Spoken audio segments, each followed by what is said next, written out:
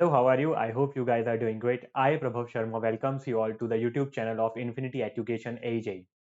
तो हम previous year हमारे जो एफएम के क्वेश्चंस थे वो सॉल्व कर रहे थे। काफ़ी सारे क्वेश्चंस हमने सॉल्व कर लिए थे।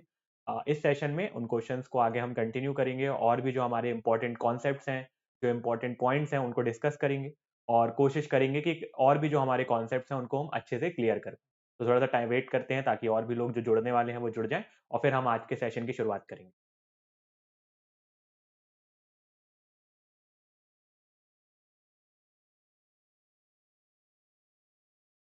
बेसिकली जो हम सेशन जो हमारा है वो किसके ऊपर होने वाला है, प्रॉपर्टीज ऑफ फ्लूइड के ऊपर होने वाला है। हमने काफी सारे क्वेश्चंस जो है प्रॉपर्टीज ऑफ फ्लूइड के सॉल्व किए थे और काफी सारे कॉन्सेप्ट्स अब हमको पता चल गए हैं कि किस तरीके से क्वेश्चन बनते हैं। अब उसके आगे क्वेश्चन हम आज से सॉल्व करते हैं।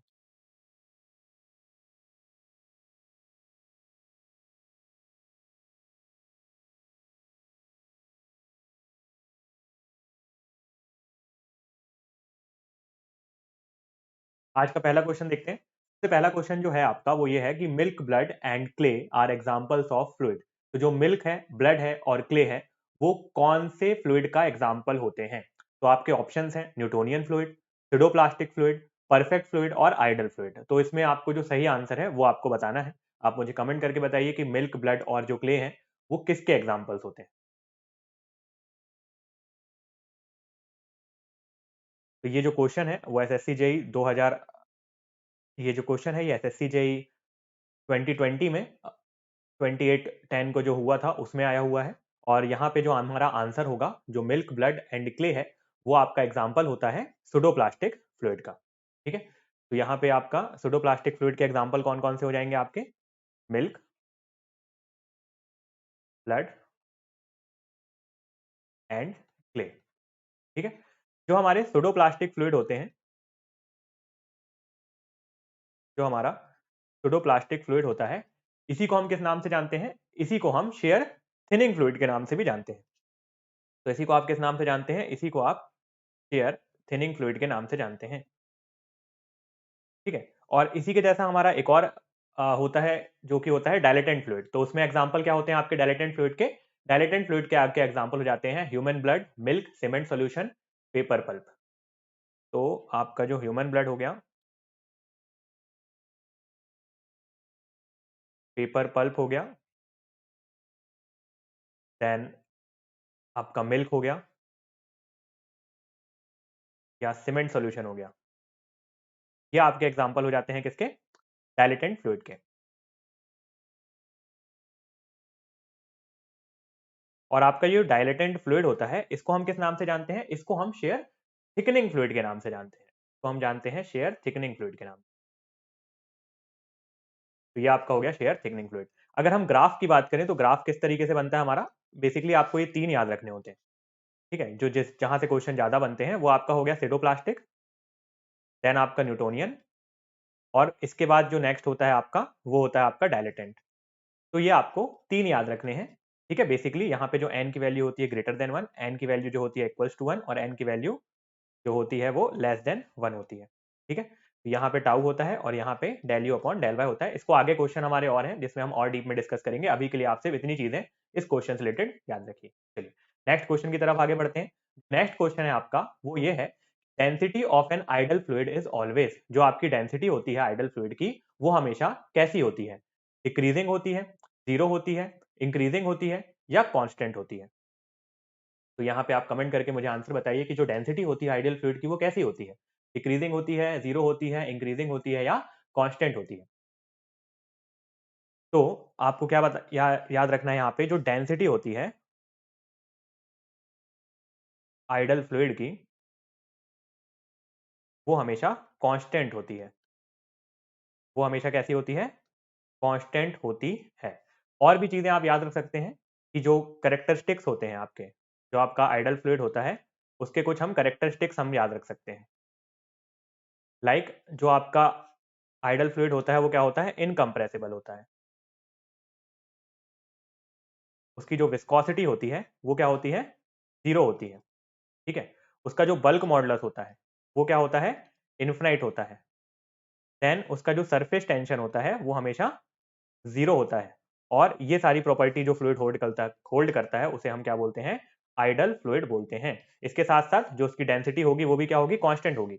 डेंसिटी कांस्टेंट होने का क्या मतलब है, डेंसिटी कांस्टेंट होने का ये मतलब है कि वो इनकंप्रेसिबल है। अगर किसी भी फ्लूइड की डेंसिटी कांस्टेंट है, दैट मींस कि अगर आप उसको उसके शेप को चेंज करना चाह रहे हैं तो वो शेप चेंज नहीं हो रहा है, तभी आप बोल सकते हैं कि डेंसिटी आपकी कांस्टेंट है। और अगर डेंसिटी कांस्टेंट है दैट मींस फ्लूइड आपका इनकंप्रेसिबल है और बल्क मॉडुलस उसका इनफिनिट है। यानी हम बात कर रहे हैं डेंसिटी कांस्टेंट होने की, यानी कि आइडल फ्लूइड की। तो ऑप्शन नंबर डी बिल्कुल सही हो जाएगा और यहाँ पे जो आंसर होगा वो हमारा कांस्टेंट होगा। नेक्स्ट आपका क्वेश्चन है वो है oil spreads on the surface of water. Oil होता है वो सरफेस ऑफ वाटर के ऊपर स्प्रेड हो जाता है, डूब जब आप पानी के ऊपर ऑयल डालते हैं तो जो ऑयल है वो पानी के नीचे नहीं जाता, जो सरफेस होता है वहां पे स्प्रेड हो जाता है। तो ये किस वजह से होता है, आपका जो ऑयल है इज हैवियर देन वाटर, और आपका जो ऑफ सरफेस टेंशन इफेक्ट, या oil has low vapour pressure, या oil is lighter than water. तो यहाँ पे आपके चार ऑप्शन है, जो सही ऑप्शन है वो आपको कमेंट करके मुझे बताना है कि इसका सही आंसर क्या होगा।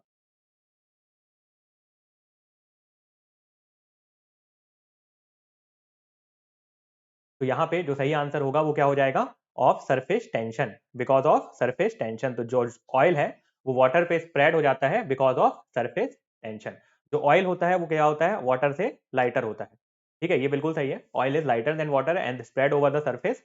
एंड बेसिक वजह क्या है इसकी, सरफेस टेंशन होगी। तो सरफेस टेंशन की वजह से आपका जो ऑयल है वो क्या होता है, स्प्रेड हो जाता है वाटर के ऊपर। और सरफेस टेंशन का फॉर्मूला क्या होता है आपका, फोर्स अपॉन लेंथ। ये मैं आपको कई बार बता चुका हूँ। सरफेस टेंशन का जो फॉर्मूला होता है वो होता है फोर्स अपॉन लेंथ, और इसकी जो यूनिट होती है वो होती है न्यूटन पर मीटर, किसमें, एसआई में।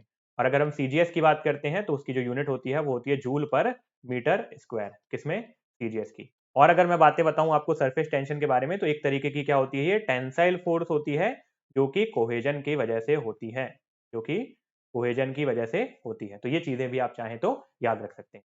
नेक्स्ट क्वेश्चन की अगर हम बात करें तो वो है आपका क्वेश्चन कि dynamic viscosity increases with rate of share increases for. तो जैसे जैसे आप डायनेमिक विस्कोसिटी इंक्रीज कर रहे हैं, रेट ऑफ शेयर भी आपका इंक्रीज होता जा रहा है। तो ये किस तरीके के फ्लूइड में होता है, आपके ऑप्शन है रियोपैक्टिक, सिडोप्लास्टिक फ्लूइड, थिक्सोट्रॉपिक, या फिर डायलेटेंट। यहाँ पे आपके ऑप्शन क्या है, रियोपैक्टिक, सिडोप्लास्टिक, थिक्सोट्रॉपिक या डायलेटेंट। तो चार ऑप्शन है, आपको सही ऑप्शन जो है वो कमेंट करके मुझे बताना है। तब तक मैं आपके लिए ग्राफ बना देता हूं, किस तरीके से हमारा यहाँ पे ग्राफ बनता है। यहाँ पे जो हमारा ग्राफ बनेगा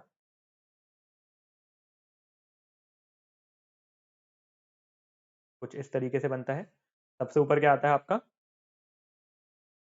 सबसे पहले आपका आता है क्या, थिक्सोट्रॉपिक। देन आपका आता है बिंघम प्लास्टिक। देन आता है आपका रिहोपैक्टिक। ठीक है, फिर यहाँ पे सिडोप्लास्टिक, न्यूटोनियन और डायलेटेंट। ठीक है, तो यहाँ पे हम क्या बोल रहे हैं कि जैसे जैसे आपका शेयर स्ट्रेस बढ़ रहा है, आपका del u upon del y भी बढ़ रहा है। देखिए आपकी इक्वेशन क्या होती है, tau equals to mu into del u upon del y की पावर एन प्लस बी। तो हम बोल रहे हैं कि जैसे जैसे आपका विस्कोसिटी बढ़ रही है वैसे वैसे आपका शेयर स्ट्रेस भी बढ़ रहा है। तो कौन से केस में ऐसा हो रहा है कि विस्कोसिटी भी बढ़ रही है। अब विस्कोसिटी आप किसको कैसे यहाँ पे क्या लिया आपको, डायनेमिक विस्कोसिटी इंक्रीज हो रही है, और साथ ही साथ आपका क्या इंक्रीज हो रहा है, टाउ भी इंक्रीज हो रहा है। तो अगर आपका अगर आपका यू इंक्रीज हो रहा है यानी कि विस्कोसिटी इंक्रीज हो रही है, दैट मीन्स क्या इंक्रीज हो रहा है, आपका del u upon del y भी इंक्रीज होगा। और जहां पे केस में अगर आपका del u upon del y बोल सकते हैं, यहाँ पर इसको del phi upon del t भी बोल सकते हैं, ये इंक्रीज हो रहा है। तो अगर विस्कोसिटी इंक्रीज हो रही है और ये भी इंक्रीज हो रहा है, तो कौन से केस में ऐसा हो रहा है कि हमारा टाउ भी इंक्रीज हो रहा है, और ये वाला जो del u upon del y है ना, जो हमारा rate of change of shear है या rate of change of strain है, वो भी इंक्रीज हो रहा है। दोनों चीजें कौन से केस में इंक्रीज हो रहा है, इस वाले केस में। यहाँ पे देखिए जैसे जैसे आपका टाउ इंक्रीज हो रहा है, उसी के साथ साथ आपकी जो ये del u upon del y है वो भी इंक्रीज हो रहा है। तो ये कौन सा केस है आपका, डायलेटेंट का केस है। तो आंसर क्या हो जाएगा आपका यहाँ पे, डायलेटेंट। इसमें अगर ऐसा होता कि आपका टाउ इंक्रीज हो रहा है पर जो आपकी विस्कोसिटी है वो कम हो रही है, तब आपका एग्जाम आंसर क्या हो जाता, सिडोप्लास्टिक। ठीक है, और अगर दोनों चीजें कांस्टेंट रहती तो आपका एग्जाम्पल हो जाता, आंसर हो जाता न्यूटोनियन। और अगर मैं बताऊं आपको डायलेटेंट का, मैंने अभी आपको एग्जाम्पल बताए थे, सॉरी डायलेटेंट के मैंने आपको एग्जाम्पल नहीं बताए थे शायद। हाँ, ये डायलेटेंट के ही मैंने आपको एग्जांपल बताए थे।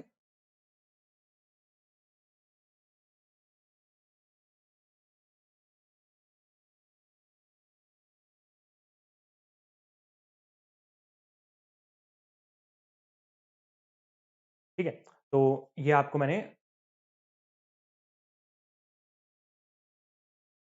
जो एग्जांपल है ये गलत है यहाँ पे, है ना? एग्जांपल किसके हो गए हैं?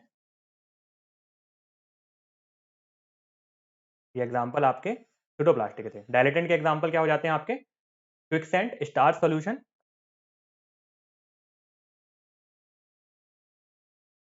यहाँ पे जो आपके डायलेटेंट के एग्जांपल होंगे वो होंगे क्विकसेंट, स्टार्च सॉल्यूशन और शुगर सॉल्यूशन।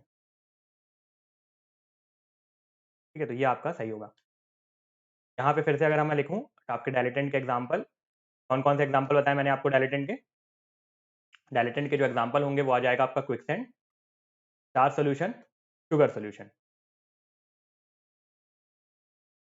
ठीक है, तो यहाँ पे आपके आंसर क्या होगा? या और भी आप एग्जांपल लिख सकते हैं यहाँ पे। यहाँ पे और एग्जांपल क्या हो जाएंगे आपका? स्लरी, बटर, डाई, ये भी इसके एग्जांपल हो सकते हैं। कोई भी स्लरी है या कोई बटर है या डाई है। बाकी मैंने आपको क्या बताया? सैंड बताया, सैंड या आपका शुगर हो गया। ये सारे आपके एग्जांपल हो जाते हैं डायलेटेंट के।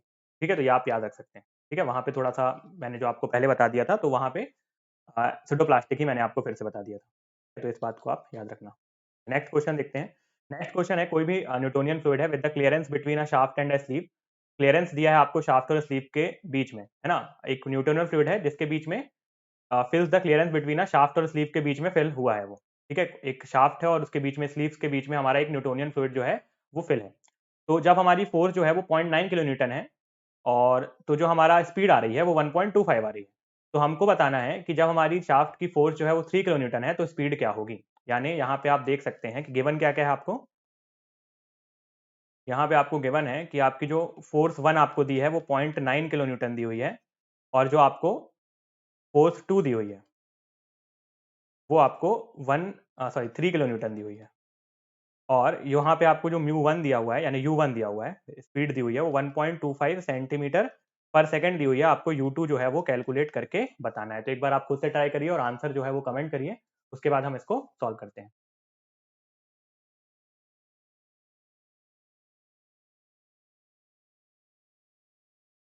ठीक है, मैं आपको बताता हूँ क्या होता है हमारा।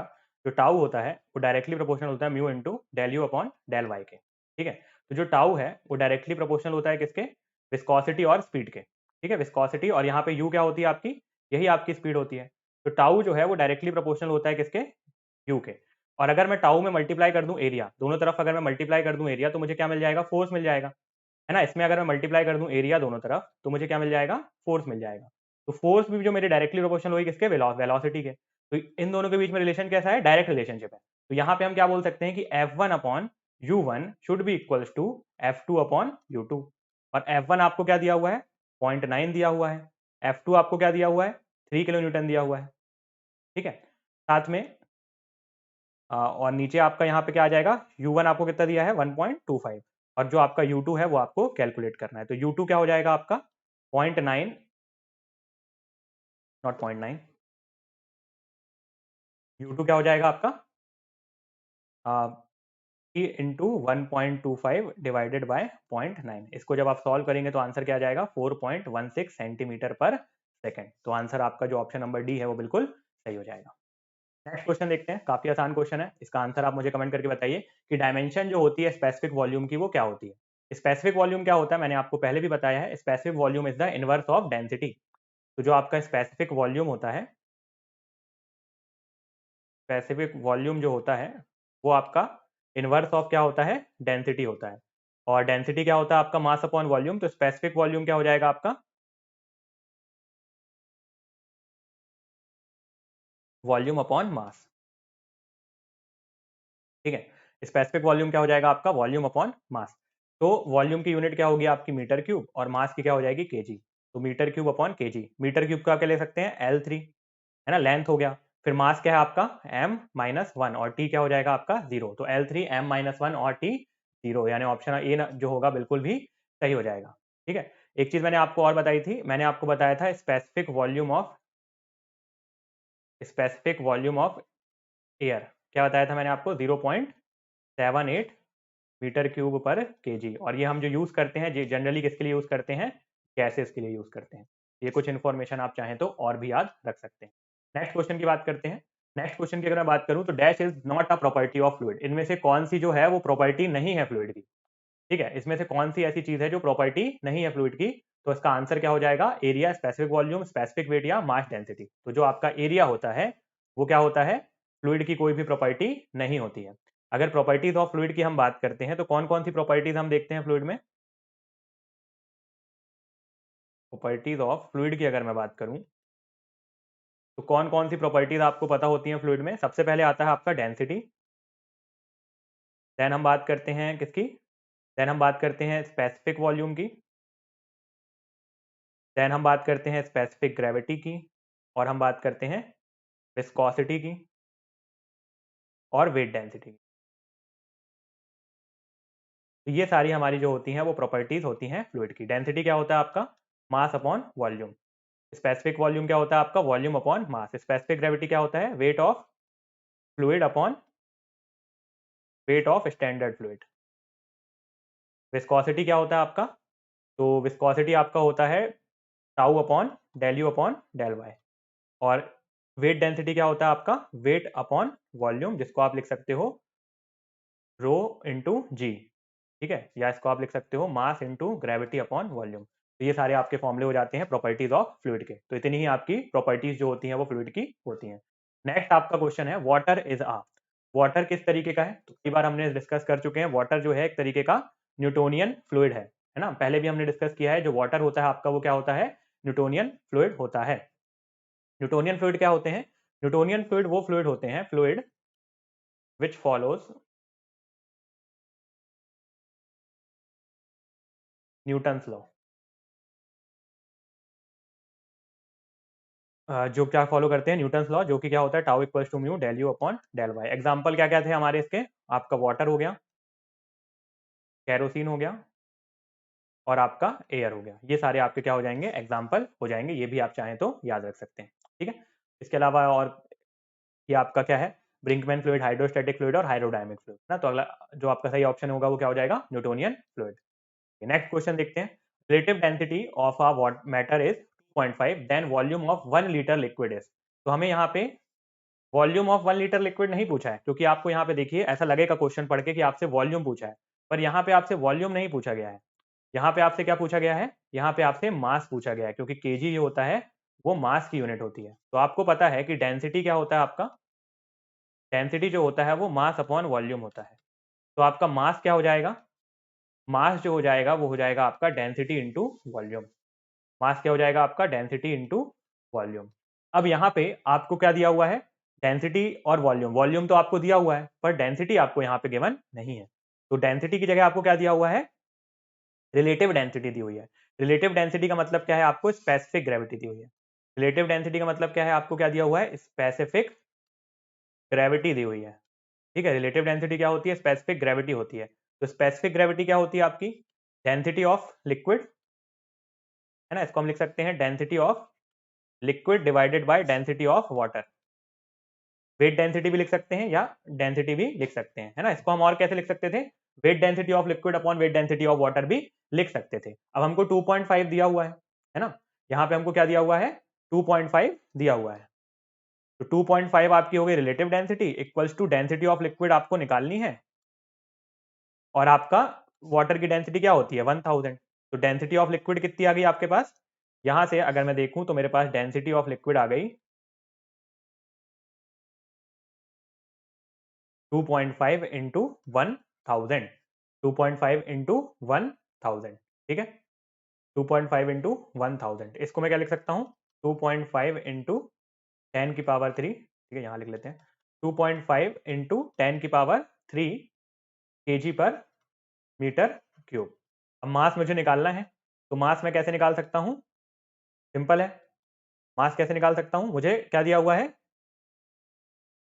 मुझे 1 लीटर ऑफ वाटर दिया। तो 1 लीटर में कितने, आपके 1 लीटर को अगर मैं कन्वर्ट करूंगा किसमें, मीटर क्यूब में, तो किससे मल्टीप्लाई करूंगा, 10⁻³ ये आपका कितना था, 2.5 इंटू 10⁻³ तो ये 10⁻³ 10⁻³ कैंसिल हो जाएगा, आंसर क्या आ जाएगा आपका 2.5 kg, है ना। आपको पता है कि 1 लीटर में कितने मीटर होते हैं, 10⁻³ मीटर होते हैं, तो 1 लीटर में कितने मीटर हो जाएंगे आपके 10⁻³ ठीक है। इस तरीके से आपका जो आंसर आएगा वो क्या आ जाएगा 2.5 kg। Option number C will be the correct answer. ठीक है, नेक्स्ट क्वेश्चन देखते हैं। Cavitation will begin when, cavitation कब शुरू होगा, the pressure at any location matches reaches an absolute pressure equal to the standard vapour pressure of the liquid, या pressure becomes more than critical pressure, flow is increased या pressure is increased. तो इसका answer आप मुझे comment करके बताइए कि cavitation कब इंक्रीज होगा या कैविटेशन कब बिगिन होगा। ठीक है, कैविटेशन कब बिगिन होगा, तो कैविटेशन कब बिगन होगा, when pressure becomes less than the saturated vapour pressure and due to boiling bubble formation take place and cavitation will occur. ठीक है, तो जब भी आपका वेपर प्रेशर है वो या तो कम हो जाएगा आपके सैचुरेटेड वेपर प्रेशर से, ठीक है, जब भी आपका जो प्रेशर है वो क्या हो जाएगा, कम हो जाएगा। When pressure less than equal, when pressure क्या होगा आपका, प्रेशर जो है वो किससे कम हो जाएगा, वेपर प्रेशर से कम हो जाएगा, यानी आपका वेपर प्रेशर जब ज्यादा हो जाएगा तो क्या होने लगेगी, बॉइलिंग होने लगेगी, और जब बॉइलिंग होने लगेगी तब क्या होता है, कैविटेशन हो सकता है। ठीक है, कैविटेशन में क्या होता है, बबल फॉर्म हो जाते हैं। मान लीजिए आपका फ्लो है, यहाँ पे आपके बबल फॉर्म हो जाते हैं लो प्रेशर जोन में, लो प्रेशर जोन में आपके बबल फॉर्म हो जाते हैं, और जब ये हाई प्रेशर जोन में जाते हैं, यहाँ पे मान लीजिए हाई प्रेशर जोन है, तो हाई प्रेशर जोन में जाकर ये बबल जो है वो बस्ट हो जाते हैं, और जब ये बबल बस्ट होते हैं तो इसी फेनोमेना को हम क्या बोलते हैं, कैविटेशन बोलते हैं। ठीक है, लेक्चर मैंने आपके साथ और डिटेल में डिस्कस करा है कि किस तरीके से वेपर प्रेशर और कैविटेशन को हम और चीजें समझ सकते हैं। अगर मैं बात करूं for very great pressure viscosity of most gases and liquid, तो अगर आपकी जो बहुत ज्यादा प्रेशर होता है तो क्या इफेक्ट आता है आपकी विस्कोसिटी में गैसेस और लिक्विड के लिए, आपके ऑप्शन है रिमेन सेम, इंक्रीजेस, डिक्रीजेस या शो इरेक्टिक बिहेवियर। तो यहाँ पे कोई भी जो ऑप्शन है वो सही नहीं है ना, कोई भी ऑप्शन आपका यहाँ पे सही नहीं है।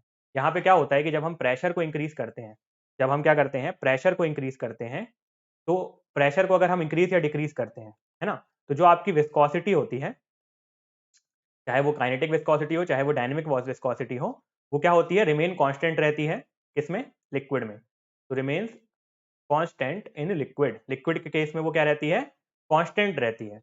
लेकिन गैस के केस में क्या होता है कि जब हम प्रेशर को इंक्रीज करते हैं तो जो आपकी विस्कोसिटी होती है, जो आपकी विस्कोसिटी होती है वो भी इंक्रीज होती है in the case of gas. तो ऐसा यहाँ पे ऑप्शन क्या होना चाहिए, यहाँ पे ऑप्शन होना चाहिए कांस्टेंट एंड इंक्रीजेस, क्योंकि यहाँ पे आपकी बात किसकी हो रही है, गैसेस और लिक्विड दोनों की बात हो रही है। अगर हम लिक्विड की बात करेंगे तो इसके लिए कांस्टेंट रहेगा, चाहे आप प्रेशर को कितना भी कम ज्यादा करें, लेकिन गैसेस में क्या होता है, आपकी विस्कोसिटी जो होती है वो इंक्रीज हो जाती है, तो इसलिए यहाँ पे कोई भी ऑप्शन जो है वो सही नहीं होगा। नेक्स्ट अगर मैं बात करूं, which of the following is not true, इसमें से कौन सा सही नहीं है। Flowing fluids are capable of flowing, fluids confirm the shape of the containing vessel when an equilibrium, fluid cannot sustain tangential forces और when an equivalent fluid can sustain shear forces। तो यहाँ पे आपका जो ऑप्शन नंबर कौन सा जो है वो गलत होगा, है ना। तो देखिए fluid are capable of flowing, fluid जो है वो फ्लो कर सकता है, फ्लूइड जो है वो फ्लो कर सकता है, बिल्कुल सही बात है। Fluid confirms the shape of the container, जिस भी कंटेनर के अंदर आप फ्लूइड को फिल करेंगे उस कंटेनर का शेप ले लेता है आपका फ्लूइड, बिल्कुल सही है। When an equilibrium fluid can not sustain tangential forces, तो जब भी इक्विलिब्रियम में होता है फ्लूइड तो वो कोई भी फोर्सेस को सस्टेन नहीं कर पाता है, बिल्कुल सही बात है। तो यहाँ पे ऑप्शन नंबर डी क्या हो जाएगा, गलत हो जाएगा, है ना। क्यों, देखिए tau equals to mu del u upon del y, तो जब आपका फ्लूइड जो है वो इक्विलिब्रियम में यानी स्टैटिक कंडीशन में है, स्टैटिक कंडीशन में ये जो वैल्यू होगी वो जीरो हो जाएगी, तो जो टाउ की वैल्यू है वो भी जीरो हो जाएगी। दैट मीन्स स्टैटिक कंडीशन में, स्टैटिक कंडीशन में आपका जो फ्लूइड है वो कोई भी फोर्सेस को सस्टेन नहीं कर पाएगा स्टैटिक कंडीशन में, क्योंकि आपका टाउ क्या है, जीरो हो गया है। तो can not sustain any forces, can not sustain any forces, तो कोई भी फोर्सेस को वो सस्टेन ही नहीं कर पा रहा है। दैट मीन्स आपका ऑप्शन नंबर सी सही है, तो इसलिए आपका जो ऑप्शन नंबर डी है वो गलत होगा। अगर फ्लूइड स्टैटिक कंडीशन में होता है तो वो कोई भी फोर्सेस को सस्टेन नहीं कर पाता है, और आपका सही आंसर भी क्या हो जाएगा, ऑप्शन नंबर डी। क्योंकि अगर आपका टाउ जीरो है, अगर आपका del u upon del y जीरो है इक्विलिब्रियम कंडीशन में, तो आपका टाउ भी जो होगा वो भी क्या होगा, जीरो होगा। नेक्स्ट क्वेश्चन आप मुझे कमेंट करके बताइए, force per unit area is called, force per unit area को हम क्या बोलते हैं, है ना, बहुत ही इजी क्वेश्चन है। फोर्स पर यूनिट एरिया को आप क्या बोलते हो, प्रेशर बोलते हो, ठीक है। Force per unit area is known as pressure. Pressure क्या होता है आपका? Force upon area.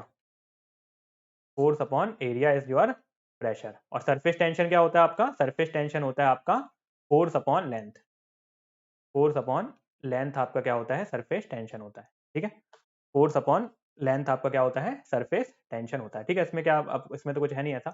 फोर्स की यूनिट क्या होती है? न्यूटन पर मीटर स्क्वायर हो सकती है, सॉरी प्रेशर की। और फोर्स पर यूनिट लेंथ की अगर मैं बात करूं तो इसकी क्या होती है? न्यूटन पर मीटर होती है। ठीक है, न्यूटन पर मीटर होती है। ठीक है, तो ये भी आपका सिंपल है। इसके बीच में आपको रिलेशनशिप भी दिख रहा होगा, है ना? अगर आप प्रेशर को डिवाइड कर देंगे किससे? प्रेशर को अगर आप प्रेशर को आप मल्टीप्लाई कर देंगे लेंथ से, प्रेशर को मल्टीप्लाई कर देंगे लेंथ से, तो आपको क्या मिल जाएगा? सरफेस टेंशन मिल जाएगा, है ना? तो प्रेशर इंटू लेंथ भी हो सकता है आपका क्या? Surface tension. तो ये भी रिलेशनशिप आप चाहो तो याद रख सकते हो। चलिए नेक्स्ट क्वेश्चन है, आप कमेंट करके बताइए मुझे। आपको लिस्ट दी हुई है, वन में lubrication, rise of SAP in trees, formation of droplets, cavitation, और इसका सही आंसर आपको बताना है कौन सा होगा, है ना? तो अगर हम बात करें लुब्रिकेशन की, तो लुब्रिकेशन जो होता है वो किससे रिलेटेड होगा आपका? लुब्रिकेशन जो होगा वो आपका रिलेटेड होगा किसके? विस्कोसिटी के। ठीक है, लुब्रिकेशन जो होगा वो रिलेटेड होगा किसके? विस्कोसिटी के। देन आपका rise of SAP in tree, तो वो होता है आपका capillary action. Rise of SAP in tree क्या होता है आपका? Capillary action. तो आपका लुब्रिकेशन क्या हो गया? ए का हो गया आपका 3, देन आपका बी का क्या हो गया? 1, ए का 3 एंड बी का 1। देन आपका फॉर्मेशन ऑफ ड्रॉपलेट वो होता है आपका सरफेस टेंशन की वजह से, तो सी का क्या हो जाएगा आपका? 3 हो जाएगा। और डी, सॉरी, सी का आपका क्या हो जाएगा? 4 हो जाएगा। और अगर हम डी की बात करें, कैविटेशन जो होता है वो आपका किसकी वजह से होता है? वेपर प्रेशर की वजह से होता है, जो कि अभी हमने देखा था कि जब वेपर प्रेशर आपका ज्यादा हो जाता है, जो आपका प्रेशर है एब्सोल्यूट प्रेशर जब होता है वो वेपर प्रेशर से कम हो जाता है, तब आपका कैविटेशन होता है। और वो जो बबल फॉर्म होते हैं लो प्रेशर से जब हाई प्रेशर में जाते हैं तो वो बस्ट होते हैं, इसी कंप्लीट फेनोमेना को हम कैविटेशन बोलते हैं। तो डी का क्या हो जाएगा आपका? डी का आपका हो जाएगा 2। तो 3142, 3142, यानी ऑप्शन नंबर डी जो होगा वो बिल्कुल सही हो जाएगा। ऑप्शन नंबर 4 जो होगा वो बिल्कुल सही हो जाएगा। नेक्स्ट क्वेश्चन है, ये वाला क्वेश्चन काफी अच्छा है ना? क्वेश्चन को आप थोड़ा सा अच्छे से समझने की कोशिश करिएगा और फिर हम इसको सॉल्व करते हैं। In an experiment the following shear stress time rate of shear strain values are obtain for a fluid. ठीक है, तो आपको यहाँ पे क्या दिया हुआ है? Del u upon del y की वैल्यू दी हुई है और टाउ की वैल्यू दी है। टाउ की वैल्यू दी है और del u upon del y की वैल्यू दी है। टाउ की वैल्यू आपको 0, 1.4, 2.6 और 4 दी हुई है। टाउ ही क्या होता है आपका? शेयर स्ट्रेस होता है ना? वही दिया हुआ है आपको। और rate of change of shear strain क्या दिया हुआ है आपको? रेट ऑफ शेयर स्ट्रेन दिया हुआ है आपको, ये दिया हुआ है आपको 0, 2, 3, 4। तो इसको आपको बताना है कि सही ऑप्शन क्या होगा, किस तरीके का फ्लूइड है ये। आपको बताना है कि ये किस तरीके का फ्लूइड है। तो मैं आपको ग्राफ बताता हूँ, है ना? जब आपका टाउ 0 है तो आपका del u upon del y भी 0 है।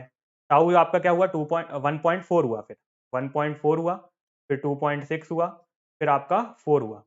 ठीक है, और यहाँ पे क्या हुआ? ये 2 हो जाएगा, ये आपका 3 हो जाएगा और ये आपका 4 हो जाएगा। तो ये आपका इस तरीके से आगे बढ़ रहा है। और इस तरीके से अगर ये आपका आगे बढ़ रहा है तो कौन सा फ्लूइड है जो इस तरीके से आगे बढ़ता है? कौन सा फ्लूइड है जो इस तरीके से आगे बढ़ता है? ये वाला फ्लूइड कौन सा होता है? Dilatant fluid. तो आंसर क्या हो जाएगा आपका? डायलेटेंट फ्लूइड, है ना? सिंपल था क्वेश्चन, थोड़ा सा हमको इमेजिनेशन हमारा अगर अच्छा होगा तो हम ऐसे क्वेश्चंस को सॉल्व कर पाएंगे, है ना? काफी कुछ भी ऐसा ज्यादा कठिन नहीं था क्वेश्चन है, पर देखने से ऐसा लगता है कि बहुत सारी चीजें पूछ ली गई। ठीक है, नेक्स्ट क्वेश्चन देखते हैं। आपकी जो इक्वेशन है ये, this the equation two determine the kinetic viscosity of the liquid bye. तो कौन सी इक्वेशन हम यूज करते हैं इसमें?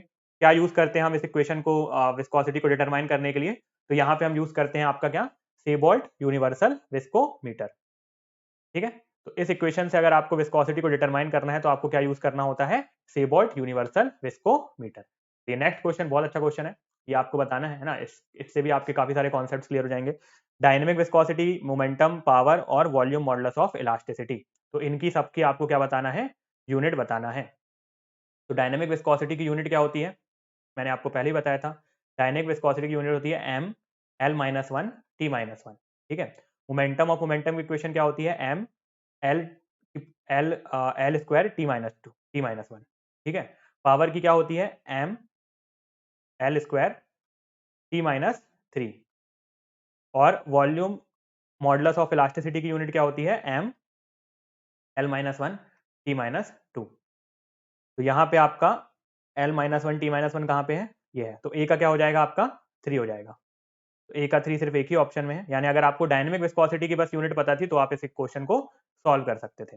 B का आपका क्या हो जाएगा, 5 हो जाएगा, ठीक है। B आपका क्या हो जाएगा, 5 हो जाएगा। अगर हम C की बात करें तो C आपका 1 हो जाएगा, और अगर हम D की बात करें तो D क्या हो जाएगा आपका 2 हो जाएगा। तो अगर एक भी आपको पता था तो आप सॉल्व कर सकते थे। खैर ये सारी चीजें भी आपको पता होना चाहिए, है ना। ये सारी चीजें भी आपको पता होना चाहिए कि पावर क्या होता है, वॉल्यूम मॉडुलस ऑफ इलास्टिसिटी की यूनिट क्या होगी, है ना। तो ये सब इजी है वैसे। और डायनेमिक विस्कोसिटी, मोमेंटम क्या होता है, ठीक है। चलिए नेक्स्ट क्वेश्चन देखते हैं। Viscosity of a liquid dash with increase in temperature. Liquid की विस्कोसिटी में क्या चेंजेस आते हैं जब आप टेम्परेचर को इंक्रीज करते हो। तो ये ग्राफ मैं आपको कई बार बता चुका हूँ। इस तरीके से हमारा ग्राफ बनता है। ये ऊपर वाला होता है लिक्विड के लिए और ये होता है हमारा गैस के लिए। तो जैसे जैसे आप टेम्परेचर को इंक्रीज करते हैं तो विस्कोसिटी क्या होती है, तो विस्कोसिटी भी आपकी क्या होती है, विस्कोसिटी ऑफ द लिक्विड पहले क्या होती है,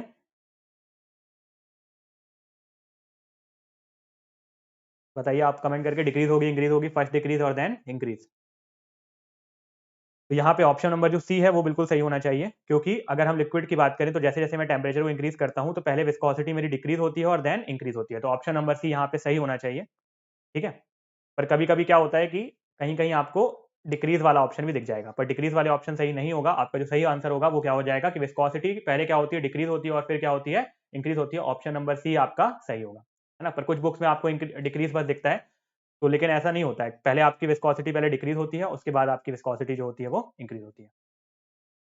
branch of engineering science which deals with the water in rest condition. जब जो वाटर है रेस्ट कंडीशन और वाटर और इन मोशन कंडीशन, तो रेस्ट और मोशन सबकी अगर मैं बात करूं, ठीक है, रेस्ट और मोशन सबकी मैं बात करूं तो उसको हम क्या बोलते हैं, हाइड्रोलिक्स, ठीक है। तो branch of engineering science which deals with the water in rest और इन मोशन कंसिडर्ड। और यहाँ पे अगर होता कि फोर्सेस आर आल्सो कंसिडर्ड तब हम एफएम बोलते, पर यहाँ पे आपका सिर्फ रेस्ट और मोशन कंडीशन में जो वाटर को अगर हम डील करते हैं तो वो आपकी क्या हो जाती है, हाइड्रोलिक्स हो जाती है, ठीक है। फ्लूइड स्टैटिक्स और फ्लूइड काइनेमेटिक्स क्या हो जाएगा ये इसका, हाइड्रोलिक्स क्या हो जाएगा आपका, fluid statics statics plus fluid kinematics. और एफएम क्या होता है आपका, एफएम जो होता है वो तीनों का समेशन होता है, statistics sorry fluid statics, dynamics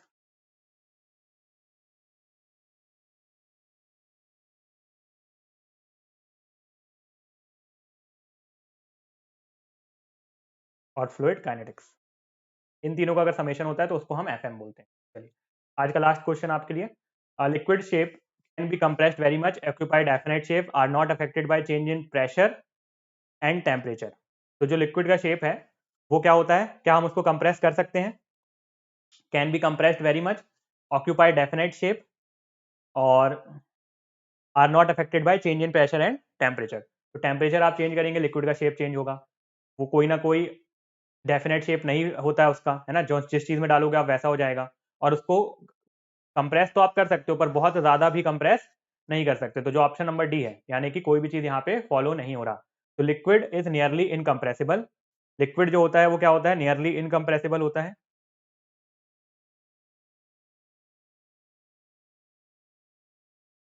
साथ ही साथ जिस भी कंटेनर में आप डालेंगे उसका शेप हो जाएगा, है ना। तो does not have definite shape,